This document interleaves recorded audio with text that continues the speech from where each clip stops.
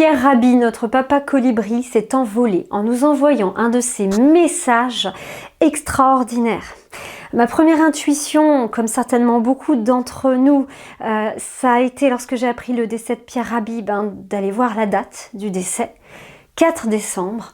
Et deuxième intuition, aller voir l'éphéméride du 4 décembre. Et le 4 décembre, eh bien, c'est la Sainte Barbe. Pierre Rabhi s'est envolé sous la protection de la sainte patronne des pompiers. Mais quand même, j'ai trouvé ça extrêmement beau et en même temps un rappel très fort du message de Pierre Rabhi quant à l'urgence qu'il y a, quant à l'existence d'un feu qu'il convient que nous continuions à essayer d'éteindre au quotidien, en petits colibris que nous sommes. Voilà, donc je crois pas au hasard, évidemment. Cette synchronicité du 4 décembre m'a beaucoup touchée et je l'ai mise en relief aussi avec d'autres choses parce que la Sainte Barbe, c'est aussi parlant comme terme. Très belle synchronicité pour quelqu'un qui aimait le langage des oiseaux parce qu'on sentait aussi une certaine lassitude chez lui. Il ne comprenait pas qu'il y ait tant de personnes qui intellectualisent le message sans agir. Donc la barbe, quand même, au bout d'un moment. Alors, vous le savez, une synchronicité n'arrive jamais seule. Et ce message du feu est récurrent en ce moment. Je vous renvoie, pour ceux qui ne la connaissent pas encore, à ma vidéo musicale sur la chanson Belle de Notre-Dame de Paris, qui évoque déjà ce message qui était envoyé de la part de la planète Terre.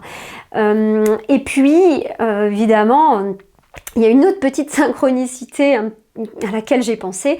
Vous vous souvenez, un personnage important, connu, qui est décédé peu avant Noël, ça m'a fait penser en fait à Johnny. Et oui, Johnny qui chantait « Allumer le feu ».